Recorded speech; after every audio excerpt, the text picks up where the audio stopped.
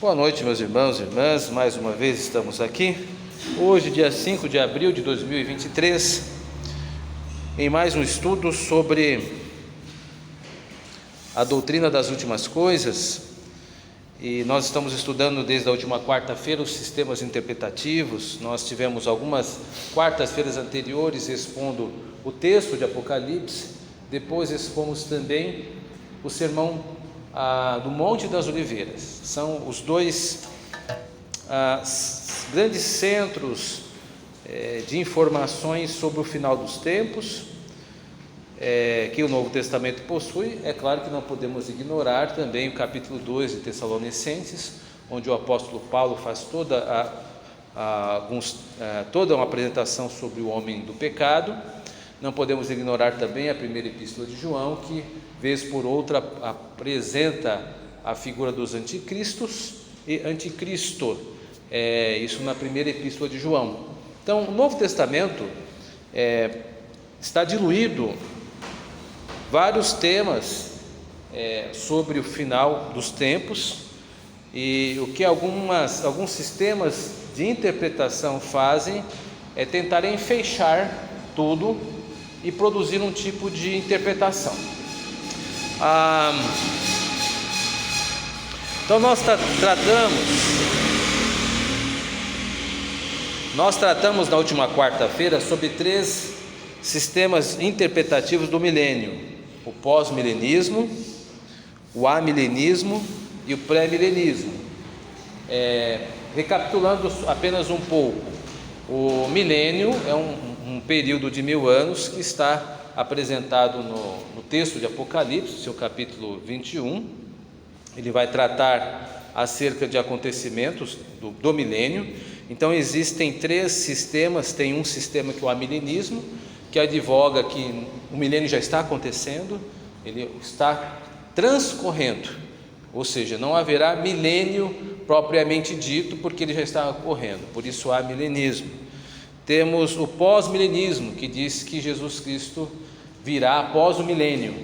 Então, após o milênio, Jesus Cristo vem, ou seja, vai ter 1000 anos. Esses 1000 anos não são literais, mas Jesus Cristo virá porque a terra irá progredir, as nações irão conhecer sobre Jesus Cristo, e de uma maneira que todas as nações serão beneficiadas pelo anúncio do Evangelho. E assim como o fermento levé da massa, Jesus Cristo virá de uma forma natural. É o que alguns dizem um sistema interpretativo mais otimista.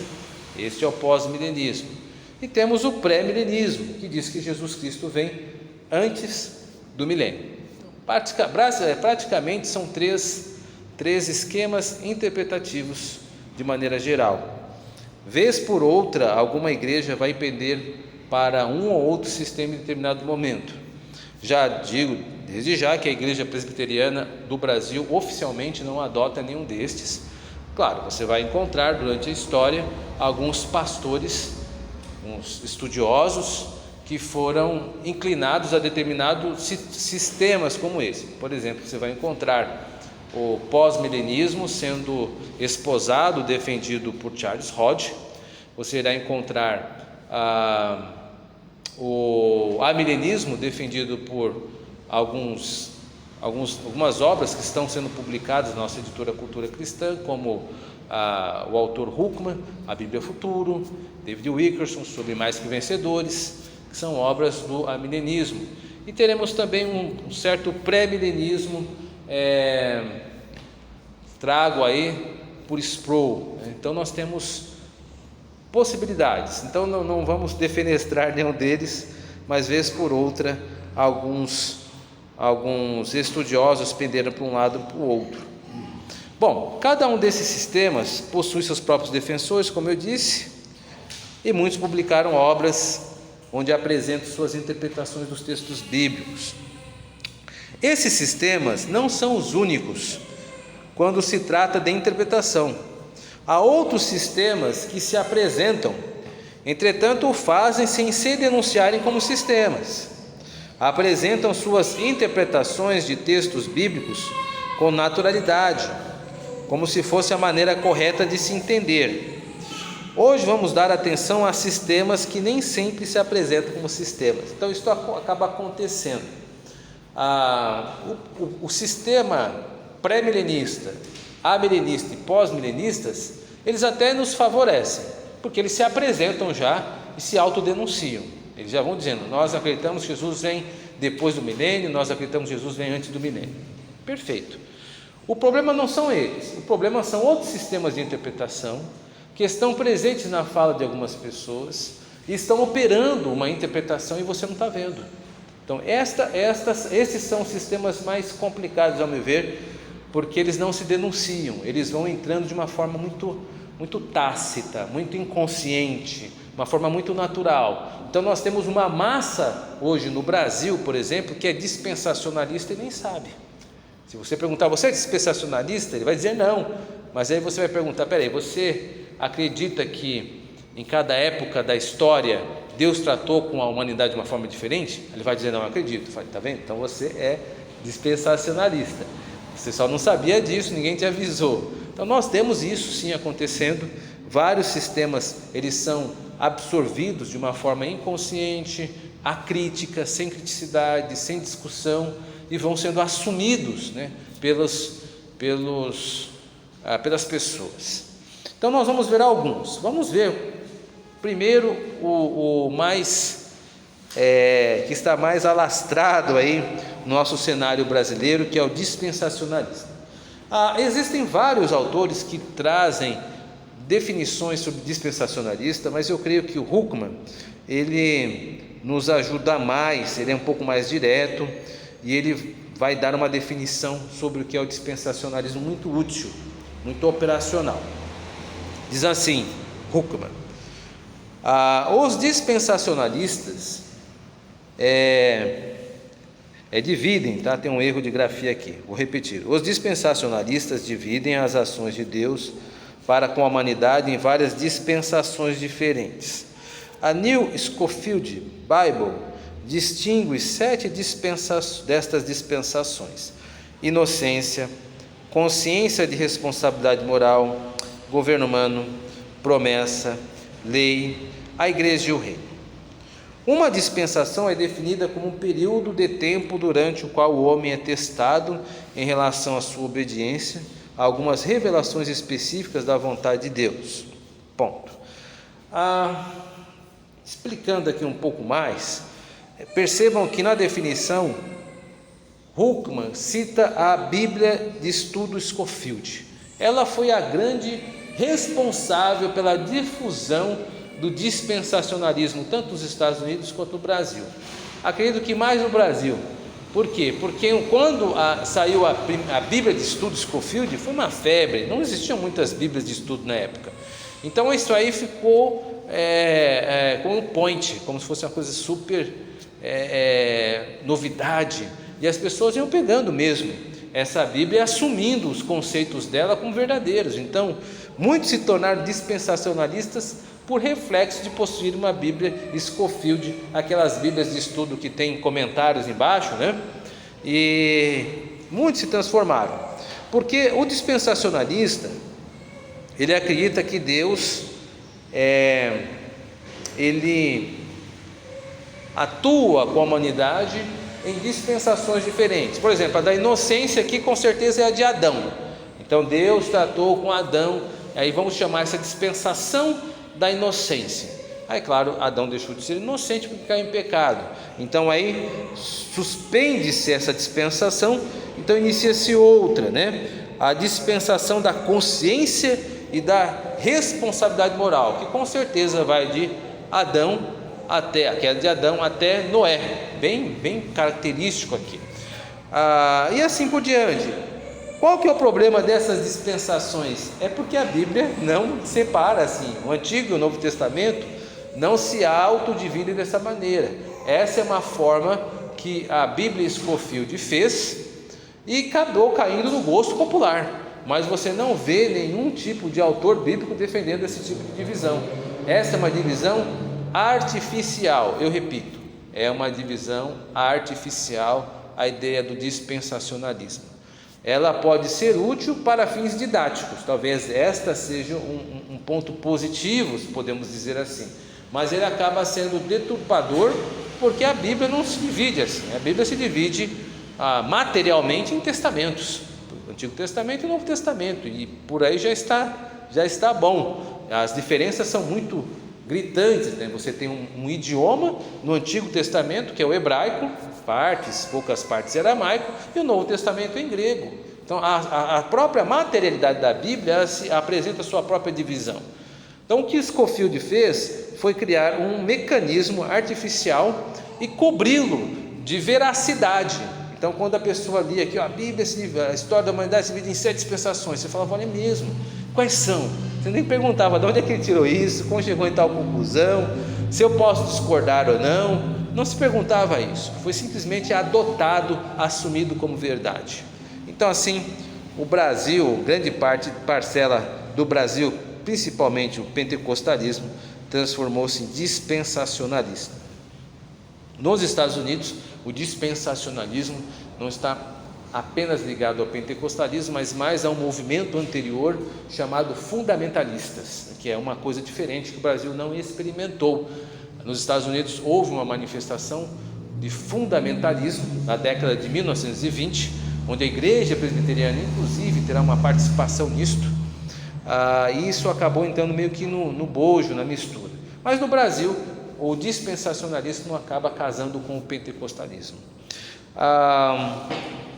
Então, dispensacionalista é este esquema de 7 dispensações divulgado pela Bíblia Scofield. Entretanto, este é apenas um dos construtos, dos arcabouços, um dos esqueletos do dispensacionalismo. Há outros elementos que também são constitutivos do dispensacionalismo. O que é constitutivo? Faz parte da sua constituição, da sua essência, do que é o dispensacionalismo, e às vezes não está tão claro. Então aqui eu fiz aqui um apanhado de alguns autores, demonstra aqui outras características do dispensacionalismo. Primeiro, a Bíblia deve ser interpretada literalmente. As promessas das profecias bíblicas devem se cumprir literalmente. E aí um teólogo sistemático chamado Erickson dá-nos a seguinte contribuição: se a Bíblia diz que Cristo, depois de descer, ficará em pé sobre o Monte das Oliveiras e que o monte se rachará, então Cristo literalmente ficará em pé sobre o monte literal e o monte se rachará. Então o dispensacionalista, ele acredita que os textos eles vão ocorrer como está escrito, exatamente daquele jeito. Mas isso traz dificuldades. Devemos interpretar literalmente, por exemplo, Isaías 55:12, que diz assim: os montes e colinas irromperão em canto diante de vocês, e todas as árvores do campo baterão palmas. Será que a gente pode interpretar esse texto literalmente? A gente vai ver uma rocha, um monte ficar cantando, abrindo uma boca e cantar. Nós vamos ver então as árvores batendo palmas. Seria uma imagem muito interessante. É claro que não, isso é uma figura de linguagem, isso é uma figura poética, isso não vai acontecer literalmente. Mas o dispensacionalista possui um mecanismo que se força a ver tudo literal.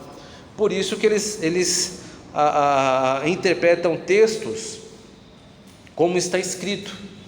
Então isso acaba trazendo alguns tipos de problemas, porque nem todo o texto da Bíblia pode ser traduzido literalmente. Eu peguei esse daqui, por até contribuição do próprio Erickson, mas podemos ver outros textos, porque a gente sempre conversa sobre isso em outras ocasiões. Por exemplo, quem não trabalhar não coma. Você não pode pegar esse texto, interpretar e aplicar para todo mundo, né? O Heitor, por exemplo, dá um trabalho danado, né? A criancinha não trabalha, você não vai dar comida para ele? Claro que vai. Então o texto não tem uma aplicação literal para todas as pessoas em todos os momentos. Então isso precisa ser respeitado. Como vamos interpretar literalmente capítulo 12 do texto de Apocalipse? Eis que vi um sinal dos céus, uma mulher com a lua debaixo dos pés e o sol sobre a cabeça. Como é que você constrói isso literalmente? Não tem como. Mas O dispensacionalismo, ele tem como um dos seus carros-chefes a ideia de que os textos têm que ser entendidos literalmente. Alguns autores vão dizer que o dispensacionalismo, ele age assim porque ele nasceu, o seu nascedor é numa época onde a crítica bíblica era muito pesada, cresceu muito o entendimento de textos de uma forma mais histórica, sociológica, cultural, por exemplo, a busca do Jesus histórico. Então, como reflexo de uma repulsa contra isso, muitos grupos acabaram dizendo que não, a Bíblia tem que ser adotada literalmente. Alguns vão dizer que é isso, mas de qualquer forma, esta é uma das características do dispensacionalista. A segunda aqui: Deus não possui apenas um povo, mas dois povos, Israel e igreja. Para esses, a igreja começa apenas em Jerusalém do dia da festa de Pentecostes. Os dispensacionalistas são descontinuístas e não consideram Romanos 9,6, que diz assim: não pensemos que a palavra de Deus falhou, pois nem todos os descendentes de Israel são Israel. Esquecem que Jesus Cristo disse aos judeus, que os judeus, aliás, não são mais povo de Deus, Mateus 25:45, porque o reino de Deus será tirado de vocês e será dado a um povo que dê os frutos do reino, e que Pedro exige também conversão para os judeus, lá em Atos 2,38, quando os judeus, após serem confrontados por Pedro, por terem crucificado a Cristo, os judeus perguntam: e agora, o que faremos, Pedro? Qual que é a resposta de Pedro? Todos aí se arrependam, se convertam e sejam batizados. É exatamente a mesma resposta que Pedro dá a Cornélio, né? E os discípulos, lá no capítulo 11, né, ficam felizes porque Deus também concedeu arrependimento ou conversão para os gentios. Então o método de salvação é o mesmo. Enfim, os dispensacionalistas, eles acreditam que Deus tem dois povos, a igreja e Israel. Por quê? Porque eles pegam o texto de Isaías, de Jeremias, e querem então entender que algumas profecias precisam se cumprir incondicionalmente, tem que ser daquele jeito que foi dito. Eles não permitem uma interpretação fora da literalidade. Então eles se prendem numa camisa de força, e como se prendem numa camisa de força, eles entendem que Deus precisa estar amarrado a promessas que fez ao povo antes da crucificação de Cristo. Eles só entendem literalmente. Então, por isso que os dois povos é uma consequência desse entendimento. Terceiro, há também a ideia do dispensacionalismo de um futurismo extremista, né? Eles são futuristas ao extremo. O que é futurista ao extremo? Vamos deixar que Led, um teólogo aí, do século passado, traga-nos a posição dispensacionalista. Por exemplo, olhando o texto de Apocalipse. Diz lá Led, explicando sobre esse futurismo dos dispensacionalistas: nos capítulos 2 e 3, a igreja é vista na terra, porém o termo igreja não mais ocorre no livro, exceto em 22:16. Os 24 anciãos vistos ao redor do trono de Deus são considerados como a igreja arrebatada e galardoada. Capítulo 4, verso 4. Logo, o arrebatamento da igreja deve ocorrer em Apocalipse 4:1. E o povo de Deus na terra são os judeus, 12.000 de cada uma das 12 tribos, que proclamam o evangelho do reino durante a tribulação e ganham um grande número de gentios. Então esse é o esquema do futurismo dos dispensacionalistas. Então os dispensacionalistas, eles não veem o termo igreja mais no capítulo 3, eu creio que vocês estão familiarizados, capítulo 3, do 2 ao 3 é todo o relato das 7 igrejas, um relato histórico, e depois do capítulo 4 nós vemos Cristo sendo glorificado, o céu em silêncio, João chorando, quem é que vai abrir o livro? Então eis que surge o cordeiro como tendo sido morto, e aí então abre-se, ou começa aí a abrir os selos, né? Então, os dispensacionalistas vão ver nisto que a igreja está lá em cima, vão interpretar dessa maneira, estão no céu, já com Cristo, e todo o desenrolar do texto de Apocalipse, do capítulo 4, até lá o 22, são os judeus que estão passando aqui na terra, enquanto toda a igreja estará glorificada. É claro, meus irmãos e irmãs, pelo pouco que nós estudamos o texto de Apocalipse, a gente vê que isso não se sustenta, né? Nós expomos o texto de Apocalipse durante várias quartas-feiras, qualquer dúvida volta lá, e você perceberá que não tem nenhum tipo de sugestão de judaísmo desta maneira, acaba forçando-se o texto. Mas estas são as três principais características dos dispensacionalistas. Eles interpretam literalmente, acreditam em dois povos e são futuristas ao extremo. Eu preciso dizer isso porque quando se apresenta a visão dispensacionalista em filme de Hollywood, que as pessoas estão sendo arrebatadas, aí fica só as roupas, né? Isso é uma visão dispensacionalista, mas eles não alardeiam isso, eles colocam isso como se fosse a leitura natural do texto. Não é. A Bíblia não vê o arrebatamento como algo que coroa a vinda de Cristo, nunca foi. Tanto é que os credos da igreja antiga, vou chamar o credo apostólico, com o qual nós estamos familiarizados pela liturgia, não faz menção nenhuma. Faz menção o quê? Da ressurreição dos mortos, da vinda do Senhor, do julgamento e da plenitude dos tempos com o Senhor. Acabou. Não há esta leitura em um hiato de tempo onde a igreja ficará suspensa até que haja cumprimentos da promessa de Deus feitas a um outro povo para que Jesus Cristo volte. Essa é uma leitura dispensacionalista. Nós não somos dispensacionalistas, nós seguimos a interpretação natural do texto, que não traz esses dramas. Desculpe decepcionar alguns, nós não precisaremos ficar aí preocupados com as nossas roupas, e nem se nossos carros ficarão desgovernados, porque Jesus Cristo irá voltar, e quando o Senhor voltar, o julgamento será impetrado, né, como a Bíblia diz, como Mateus 24 diz: o Senhor voltará, colocará os cabritos à esquerda, as ovelhas à direita, e lá vem o julgamento, que é o entendimento natural do texto. Bom, então esse dispensacionalismo, ele está muito mais diluído no pentecostalismo do que nas igrejas históricas. Então, nas nossas igrejas, dificilmente você vai ver algum movimento disso. Bom, eu espero, eu espero, porque nós não somos dispensacionalistas. Se você vê, é que tem alguma coisa errada aí, então corrija a pessoa que talvez tenha levantado a este assunto. Nós vamos voltar isso daqui a pouco para as nossas discussões. Vamos agora nos concentrar em outros posicionamentos paralelos, mas que não são tão vultosos assim como esse dos dispensacionalistas. Então, outros posicionamentos, como os futuristas moderados. O que é uma interpretação futurista moderada? É uma interpretação futurista moderada, entende as 7 cartas como endereçadas às 7 igrejas históricas. Eu estou falando do Apocalipse capítulo 3, 2 e 3, que são representativos da igreja inteira. Os selos representam a força da história, qualquer que seja a sua duração, pelas quais Deus elabora seus propósitos de redenção e julgamento na história, conduzindo ao fim.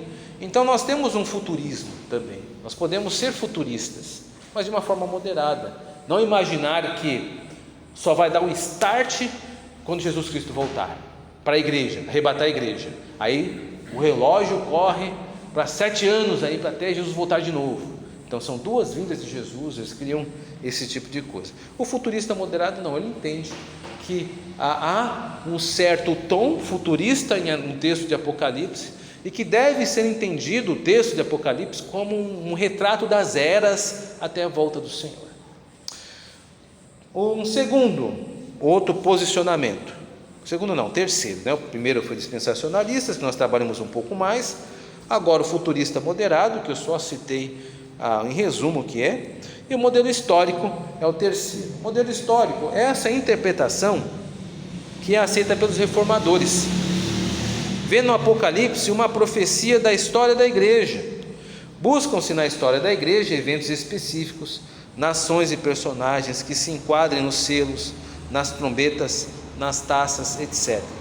A mais importante identificação nessa interpretação é a besta do falso profeta com o papado. Está aí a apresentação do capítulo 25 da nossa Confissão de Fé de Westminster, que segue um pouco essa atmosfera. Então, no nosso símbolo de fé existe um pequeno reflexo acerca desta interpretação do falso profeta, do anticristo, como o Papa, está lá como um reflexo do modelo histórico da sua influência. Então, Lutero, Calvino e companhia, eles tinham uma visão mais histórica acerca do texto de Apocalipse, tentando aplicar ele para os nossos dias.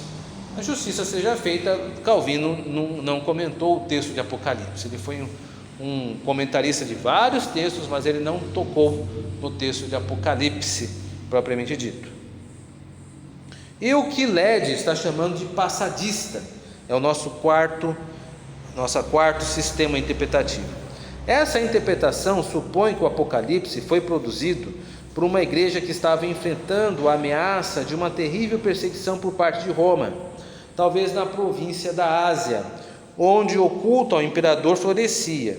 Logo, a besta é um dos imperadores romanos, e o falso profeta é o culto de adoração ao imperador.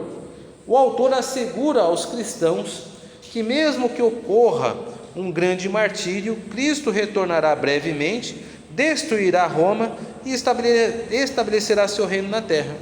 Isso aqui nós tratamos antes mesmo, foi o primeiro sistema que tratamos, chamado preterista, o preterista moderado, que é o que Led está chamando aqui de passadista, que é mais ou menos a tônica. Se nós seguirmos a exposição do texto de Apocalipse, como nós fizemos por várias quartas-feiras, nós percebemos que esse entendimento, ele vai brotando naturalmente do texto.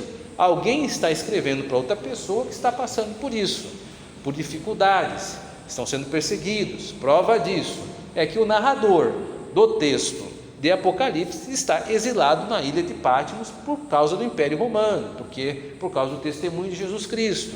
Então nós encontramos dentro de uma leitura natural do texto as marcas desse preterismo, que Led está chamando de passadista aqui. Nós já vamos comentar isso também. Considerações. Os assuntos que envolvem uma interpretação do texto de Apocalipse, bem como de outros textos bíblicos, precisam seguir, abre aspas, a regra infalível de interpretação, fecha aspas, que é deixar que as Escrituras interpretem as Escrituras. Quem diz isso não sou eu, mas é a nossa Confissão de Fé de Westminster, em seu capítulo 1, seção 9. Isso significa submeter o texto a uma exegese para entender o que o texto diz e como ele faz para dizer o que diz, e entendê-lo à luz do cânon dos outros livros, dentro da progressividade orgânica do processo de revelação. Uau! O que significa isso? Significa que a Bíblia escrita, ela é um livro orgânico, o cânon como um todo, e ele está em progressão. Então, a maneira que as pessoas entendiam Jesus em Gênesis é diferente com a maneira que as pessoas entendiam Jesus em João. O próprio Jesus Cristo fez referência a isso. Lembra quando ele diz assim: Abraão viu o meu dia e se alegrou. Então, o que é Abraão? Abraão conhecia Jesus como nós conhecemos? Não. Então, a revelação de Jesus Cristo, ela ocorre de uma forma embrionária em Gênesis e vai com uma grande árvore crescendo até que nos livros mais tardios do Novo Testamento nós temos um grande corpo de revelação. Então, quando nós lemos a Bíblia, pregarmos, evangelizarmos, nós precisamos ter um pouco de controle acerca da maturidade dos textos que estaremos lidando em referência à pessoa de Jesus Cristo, como Jesus Cristo se apresenta nesses textos.